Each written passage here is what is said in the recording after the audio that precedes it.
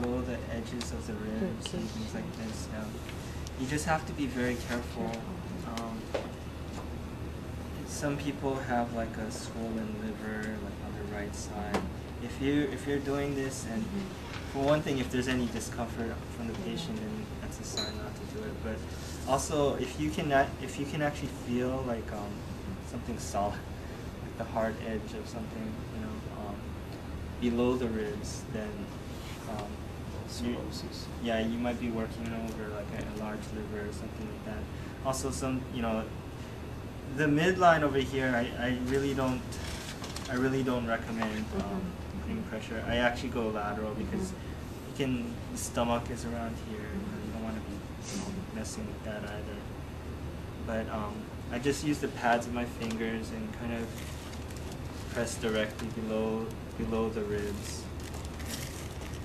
and just work the edge this way. There's some people,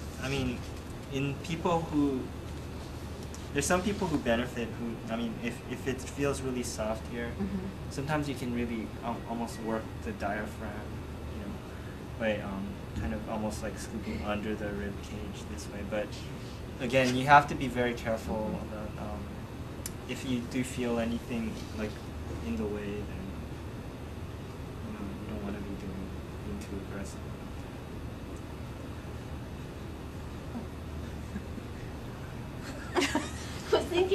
I was thinking the more you know about your body, the more you want to become a vegetarian. Thinking about the part of things, the animal you eat. Okay.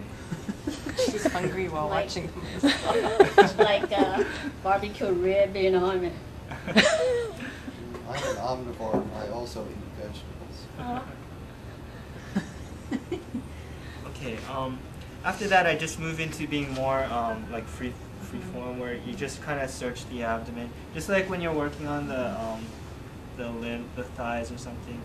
I use the flat pads of my fingers, and then I'm just kind of doing circular kneading basically, but I'm trying to feel areas that are a little bit harder, that might require more focused pressure.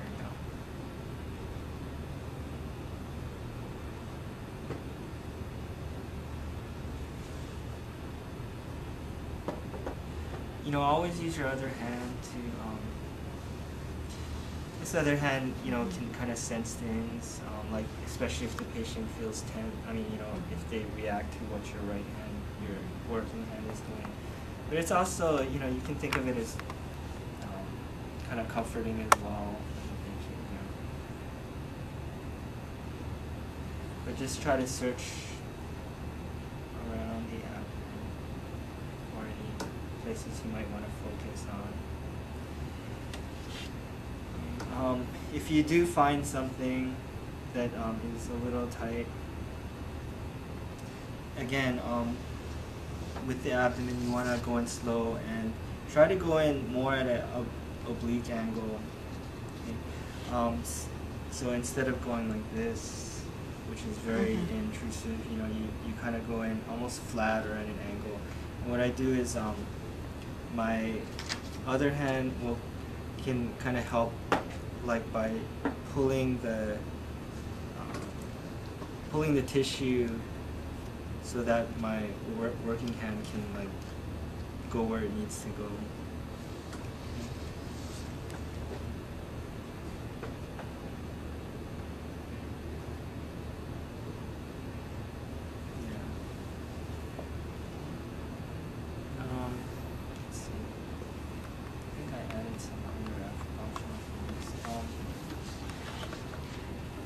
Rub the abdomen in a diamond shape. Allow hands to scoop under the lumbar ridge. Yeah, this is an optional thing. This is better on the floor.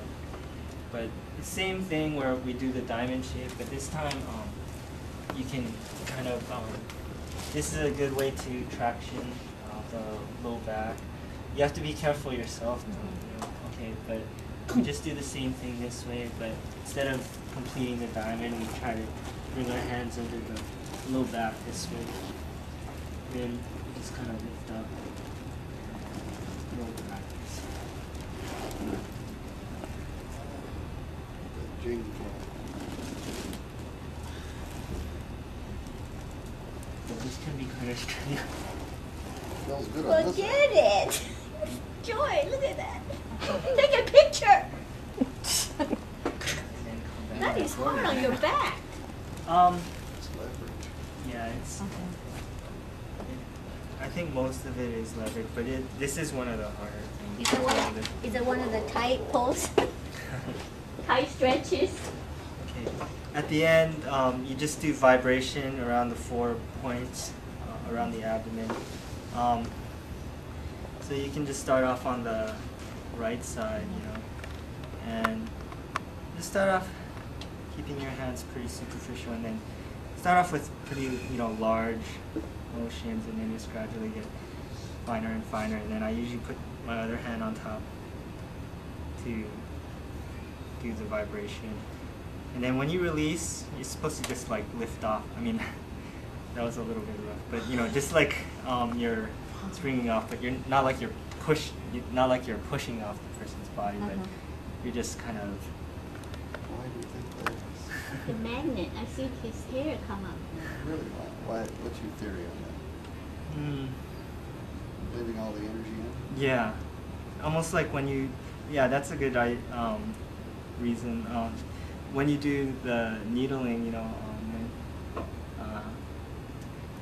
when you tonify, when after you pull out, it should be like a fast, so that you leave the chi inside. Yeah. So same idea.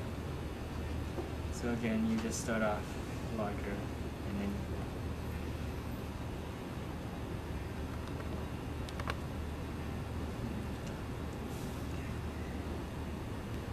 And just going around the 4 points, so right, top, left,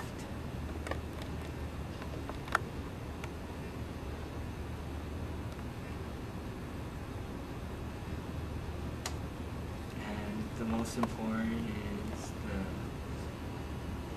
below the umbilicus. This is where your lower dantian is.